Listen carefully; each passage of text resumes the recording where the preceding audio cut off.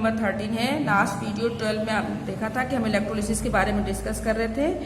तो इलेक्ट्रोलिसिस हमने बता दिया था कि इलेक्ट्रोलिसिस क्या होता है। इलेक्ट्रोलाइट का डिकम्पोजिशन जब इलेक्ट्रिसिटी फ्लो होती है तो उसे हम इलेक्ट्रोलिसिस बोलते हैं। अब इलेक्ट्रोलिसिस पे फराडे ने 2 लॉ दिया है और उसे हम बोलते हैं फराडे का electrolysis law, electrolysis law of Faraday. तो फराडे के इलेक्ट्रोलिसिस लॉ के बारे में हमें पढ़ना है। तो फराडे का जो इलेक्ट्रोलिसिस लॉ है, फराडेज लॉ ऑफ इलेक्ट्रोलिसिस, वो 2 होते हैं आपके। 2 लॉ हैं फराडे के। फर्स्ट है Faraday's first law of electrolysis. तो हम यहाँ से स्टार्ट करेंगे।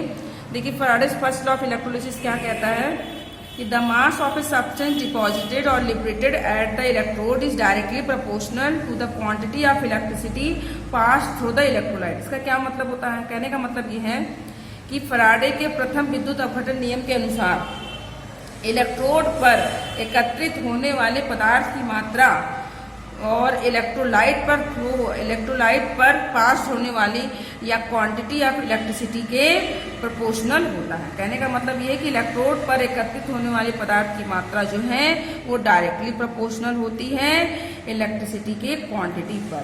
तो यदि हम ले लेते हैं मास ऑफ ए सब्सटेंस, कहने का मतलब इलेक्ट्रोड पर एकत्रित होने वाले पदार्थ की मात्रा W, तो वो डायरेक्टली प्रोपोर्शनल किसके है? Quantity of electricity that is Q। तो फराडे फर्स्ट लॉ के अकॉर्डिंग क्या मिल गया? W directly proportional to Q। तो W प्रोपोर्शनलिटी हटाएंगे तो क्या मिल जाएगा? That is ZQ। और Q इज इक्वल टू होता है IT। तो Q की जगह पर हमने वैल्यू रख दिया तो क्या मिल गया? W equal to ZI। ये हमें फाइनल इक्वेशन मिल जाएगा फॉर फराडे फर्स्ट लॉ। इस पे न्यूमेरिकल भी आते हैं। अब देखिए W क्या है, Q क्या है, हमको ये देखना है कि इसमें क्या क्या चीजें हैं हमारे पास। तो देखेंगे W क्या है? That is mass of substance, mass of a substance, mass of a substance deposited at the electrode, deposited at the electrode. W कहने का मतलब है इलेक्ट्रोड पर डिपॉजिट होने वाले पदार्थ की मात्रा, दैट इज W। अब Q क्या है? Q that is quantity of electricity, electricity की मात्रा, क्वांटिटी ऑफ इलेक्ट्रिसिटी। अब देखिए प्रोपोर्शनलिटी हटाया तो हमें क्या मिल गया? W equal to ZQ। Z क्या है? Z that is electrochemical equivalent, electrochemical equivalent. Z है हमारा इलेक्ट्रोकेमिकल इक्विवेलेंट। अब देखेंगे, देखिए Z की वैल्यू क्या होती है। Z इज इक्वल टू होता है E/F। तो E क्या है? Z इक्वल टू E क्या हुआ हमारा? Equivalent weight upon Faraday constant. तो फराडे कांस्टेंट की वैल्यू क्या होती है? हमने बताया फराडे कांस्टेंट की वैल्यू क्या है? 96500 पर कूलम। इसकी वैल्यू को यहाँ पर रख देंगे तो Z इक्वल टू क्या हो जाएगा? E/F की जगह पर 96500। तो ये हो गया Z की वैल्यू जो कि कांस्टेंट क्वांटिटी है। अब क्या रह गया हमारे पास? I क्या है? Electric current. I that is electric current, विद्युत धारा। और T क्या है? टाइम, समय है हमारा। क्लियर? अब देखिए क्लियर हो गया कि फराडे का फर्स्ट लॉ क्या कहता है। फराडे का फर्स्ट लॉ ये है कि W directly proportional to Q, W equal to ZQ, Z electrochemical equivalent, Q is equal to IT। Q क्या है आपका? Quantity of electricity, I electric current, T है आपका टाइम। और Z की वैल्यू हमने बताया Z is equal to E/F। E is the equivalent weight and F क्या है आपका? फराडे कांस्टेंट है। तो आपको याद क्या रखना है कि फराडे का फर्स्ट लॉ क्या होता है और उसका फराडे के फर्स्ट लॉ के अकॉर्डिंग हमें क्या रिलेशन, क्या इक्वेशन मिला। और क्योंकि डायरेक्ट एग्जाम में पूछा जाता है क्वेश्चन कि फराडे के फर्स्ट विद्युत अपघटन नियम से आप क्या समझते हैं या उस पर बेस्ड न्यूमेरिकल। तो न्यूमेरिकल के लिए ये वाला फॉर्मूला यूज करना है या ये वाला आपको फॉर्मूला यूज करना है। नेक्स्ट हम डिस्कस करेंगे फराडे का सेकेंड लॉ। फराडे का second law Faraday second law of electrolysis. Next है हमारा second, Faraday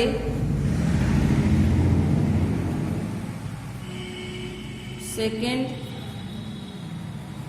law of electrolysis. Faraday second law of electrolysis. देखिए फैराडे का सेकेंड लॉ क्या कहता है। फैराडे का सेकेंड लॉ कहता है when different electrolytes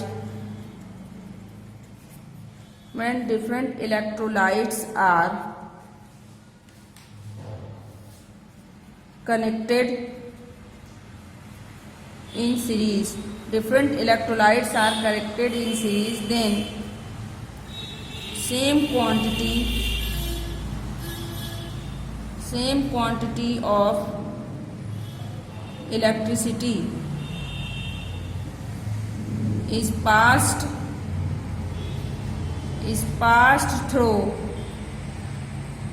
the electrolyte,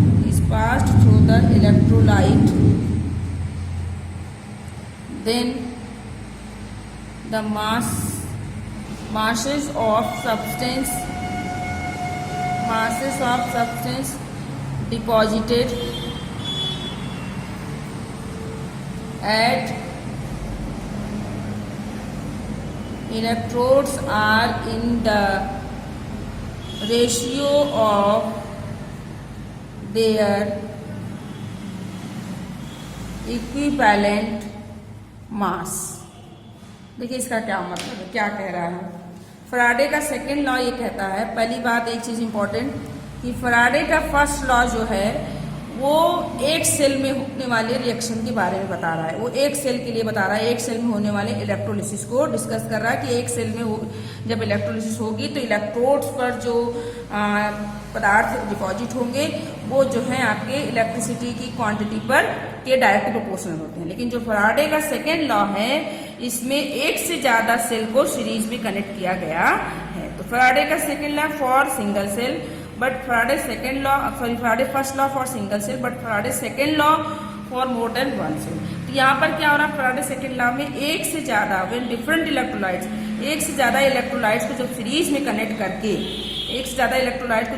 connect करके, और समान मात्रा में इलेक्ट्रिसिटी पास की जाती है इलेक्ट्रोलाइट्स के थ्रू, तो इलेक्ट्रोड्स पर डिपॉजिट होने वाले पदार्थ की मात्रा जो है वो इक्विवेलेंट मास के बराबर होती है। अब जैसे हम इसको एग्जांपल से समझेंगे, एग्जांपल में हमने ले लिया, मान लीजिए हमारे पास टू इलेक्ट्रोलाइट्स हैं जिनको सीरीज में कनेक्ट कर दिया गया है। किया गया है। पहले इलेक्ट्रोलाइट हम ले लेते हैं कॉपर सल्फेट और दूसरा इलेक्ट्रोलाइट ले लेते हैं सिल्वर नाइट्रेट। तो दो इलेक्ट्रोलाइट्स हैं जिनको सीरीज में कनेक्ट किया गया और सीरीज में कनेक्ट करके समान मात्रा में इलेक्ट्रिसिटी उनमें पास की गई। तो इलेक्ट्रोड्स पर जो मास डिपॉजिट हुआ, इलेक्ट्रोड्स पर जो पदार्थ डिपॉजिट हुआ वो उसके उस इलेक्ट्रोलाइट्स के जो वो आपका जो पदार्थ दिया हुआ है, जो इलेक्ट्रोलाइट दिया हुआ है उसके इक्विवेलेंट मास के बराबर होगा। कहने का मतलब दो इलेक्ट्रोलाइट्स हमारे कॉपर सल्फेट सिल्वर नाइट्रेट, तो देखिए क्या मिल जाएगा, मास ऑफ कॉपर, मास क्योंकि यहाँ कॉपर है यहाँ पर silver, mass of copper upon mass of silver is equal to equivalent mass of copper upon equivalent mass of silver. Clear. कहने का मतलब फैराडे का सेकेंड लॉ ये कहता है कि जब हम एक से ज्यादा इलेक्ट्रोलाइट्स को सीरीज में कनेक्ट करेंगे तो जितने भी इलेक्ट्रोलाइट सीरीज में कनेक्ट हैं उनमें इक्वल मात्रा में इलेक्ट्रिसिटी पास की जाएगी और इलेक्ट्रोड्स पर जो सब्सटेंस एकत्रित होगा वो उसको इक्विवेलेंट मास के बराबर होगा। जैसे दो इलेक्ट्रोलाइट्स लिया तो कॉपर का मास जो है mass of copper upon mass of silver is equal to equivalent mass of copper upon equivalent mass of silver.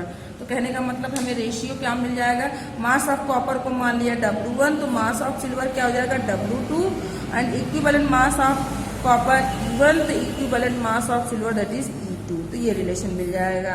This relation for Faraday's second law of electrolysis, W1/W2 equal to E1/E2। तो ये हो गया Faraday first law और Faraday second law. Faraday first law एक cell के लिए, Faraday second law दो cell के लिए, उसमें एक ही इलेक्ट्रोलाइट, इसमें एक से ज्यादा इलेक्ट्रोलाइट को सीरीज में कनेक्ट करना है।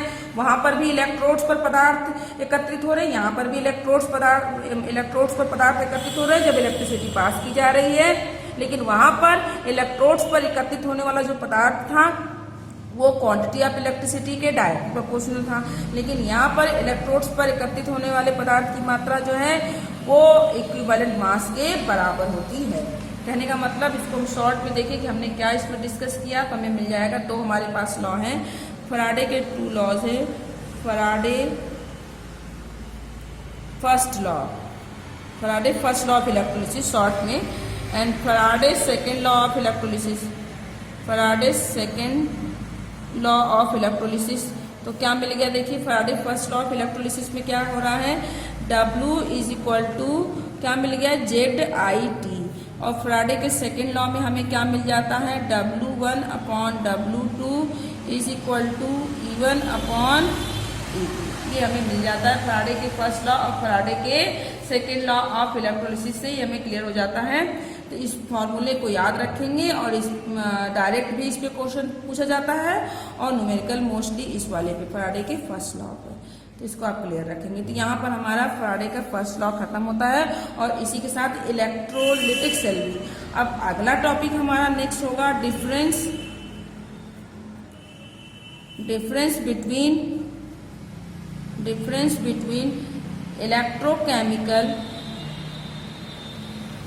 Between electrochemical cell and electrolytic cell. कहने का मतलब ये है कि इलेक्ट्रोकेमिकल सेल और इलेक्ट्रोलिटिक सेल में क्या डिफरेंस है, दोनों में क्या अंतर है, क्योंकि अब तक हमने इलेक्ट्रोकेमिकल सेल भी पढ़ लिया है और इलेक्ट्रोलिटिक सेल भी पढ़ लिया है। तो हम दोनों को देखेंगे बारी बारी से। तो यहाँ पर हम बना लेते हैं टेबल। देखिए फर्स्ट हमने ले लिया इलेक्ट्रोकेमिकल सेल और सेकंड है हमारा दैट इज इलेक्ट्रोलिटिक सेल। ये है हमारे पास। अब देखिए इलेक्ट्रोकेमिकल सेल में point number 1, first electrochemical cell क्या कहता है कि इलेक्ट्रोकेमिकल सेल के अकॉर्डिंग क्या होता है। देखिए सबसे पहली बात हमने बताया इलेक्ट्रोकेमिकल सेल में क्या होता है, chemical energy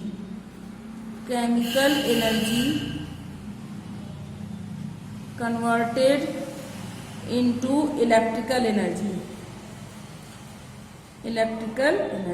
chemical energy electrical energy में कन्वर्ट होती है in electrochemical cell. Point number 2, electrolytic cell में जस्ट उल्टा, electrical energy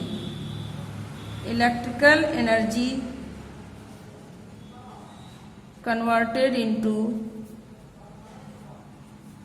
chemical energy. Clear. यहाँ पे केमिकल से इलेक्ट्रिकल रासायनिक ऊर्जा विद्युत ऊर्जा में, यहाँ पे विद्युत ऊर्जा रासायनिक ऊर्जा में कन्वर्ट हो रही है। पॉइंट नंबर 2, अगला पॉइंट देखेंगे इलेक्ट्रोकेमिकल सेल में जो रिडॉक्स रिएक्शन था, रिडॉक्स रिएक्शन बताया है हमने, redox reaction in electrochemical cell कैसा होता है, स्पॉन्टेनियस अपने आप होता है। कहने का मतलब ये है कि इलेक्ट्रोकेमिकल सेल में आप देखेंगे इलेक्ट्रोकेमिकल सेल में रिडॉक्स रिएक्शन अपने आप होता है, जबकि इलेक्ट्रोलिटिक सेल में आप देखेंगे रिडॉक्स रिएक्शन अपने आप नहीं होता है, that is non spontaneous. Clear. तो इलेक्ट्रोकेमिकल सेल में स्पॉन्टेनियस बट इलेक्ट्रोलिटिक सेल में क्या होता है, ये नॉन स्पॉन्टेनियस। नेक्स्ट देखेंगे इलेक्ट्रोकेमिकल सेल में बोथ इलेक्ट्रोड्स एनोड और कैथोड जो होते हैं वो अलग अलग सेल में, वो अलग अलग डिफरेंट सेल में सेटअप होते हैं। कहने का मतलब ये है कि in electrochemical cell anode and cathode, anode and cathode electrodes are set up into two different cell या two different compartment. Electrochemical cell में आप देखेंगे कि एनोड और कैथोड दोनों अलग अलग सेल में होते हैं, लेकिन जब हम बात करेंगे इलेक्ट्रोलिटिक सेल में तो in electrolytic cell both anode and cathode electrodes are set up into same cell में। यहाँ पर दोनों एनोड और कैथोड एक ही सेल में होते हैं, जबकि यहाँ पर दो डिफरेंट सेल में कनेक्ट होते हैं। यदि हम यहीं पे छोटा सा डायग्राम देख लें इनका तो हमें बिल्कुल क्लियर हो जाएगा। इलेक्ट्रोकेमिकल सेल में हमने आपको डायग्राम बताया था कि दो डिफरेंट सेल थे, इस तरीके से टू डिफरेंट सेल हैं और यहाँ एक में एनोड है और एक में आपका कैथोड, इस तरीके से। और इन दोनों सेल को सॉल्ट ब्रिज से कनेक्ट किया गया है और इसमें इलेक्ट्रोलाइट्स भरे हुए हैं। तो देखिए एक में एनोड है, कहने का मतलब ये कि दो इलेक्ट्रोड हैं, दोनों अलग अलग सेल, इसमें एनोड है और इसमें कैथोड। क्लियर, दो अलग अलग इलेक्ट्रोलाइट्स में हैं और ये जुड़ा, और यहाँ पर इलेक्ट्रॉन एनोड से कैथोड की तरफ मूव करता है। और यहाँ पर एक चीज और आप देखेंगे, एनोड क्या है आपका, एनोड निगेटिव चार्ज, जबकि कैथोड पॉजिटिव चार्ज। अगला पॉइंट ये हो जाएगा। अब देखिए नेक्स्ट इलेक्ट्रोलिटिक को कंपेयर करें तो इलेक्ट्रोलिटिक सेल में हम देखेंगे कि इलेक्ट्रोलिटिक सेल में हमको दिखाई देगा कि सेल जो होते हैं उसमें इलेक्ट्रोड्स जो होते हैं वो एक ही सेल में कनेक्ट होते हैं। इसमें आप देखेंगे तो इलेक्ट्रोड्स जो हैं वो एक ही सेल में कनेक्ट होते हैं, इस तरीके से। यदि हमने इसको ये हमारा एनोड हो गया तो ये क्या हो जाएगा, कैथोड। एक ही सेल में है ये और एक ही इलेक्ट्रोलाइट में। आप देखेंगे एनोड क्या होता है, इसका एनोड निगेटिव चार्ज है, इसका एनोड पॉजिटिव चार्ज और इसका कैथोड निगेटिव चार्ज होता है।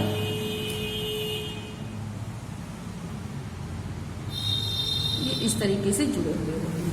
तो ये इलेक्ट्रोलिटिक सेल, ये इलेक्ट्रोकेमिकल सेल, दो अलग अलग और ये एक ही में है, कनेक्ट एक ही में उपस्थित है। अब देखिए नेक्स्ट पॉइंट है आपका पॉइंट नंबर 4। अब देखेंगे इसमें कि क्या हो रहा है। इन इलेक्ट्रोकेमिकल सेल में in electrochemical cell transfer of electron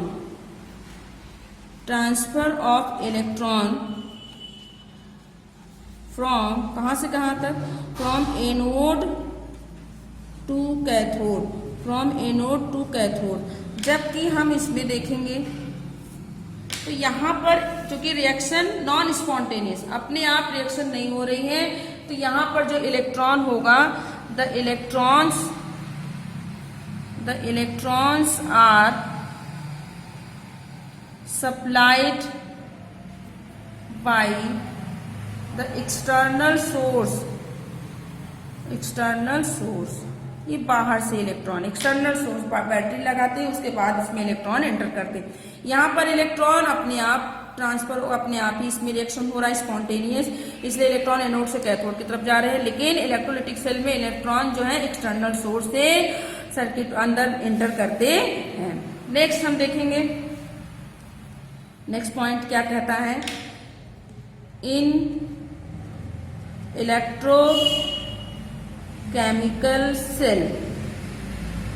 देखिए एनोड क्या होता है, anode positive charge, anode negative charge and cathode कैसा होगा, positive charge. Clear, in electrochemical cell anode negative charge, जबकि कैथोड कैसा होता है, पॉजिटिव चार्ज। लेकिन यहीं पर आप इलेक्ट्रोलिटिक सेल में देखेंगे, इन लिटिक सेल, एनोड कैसा होगा, anode that is positive charge and cathode कैसा होगा आपका, निगेटिव चार्ज।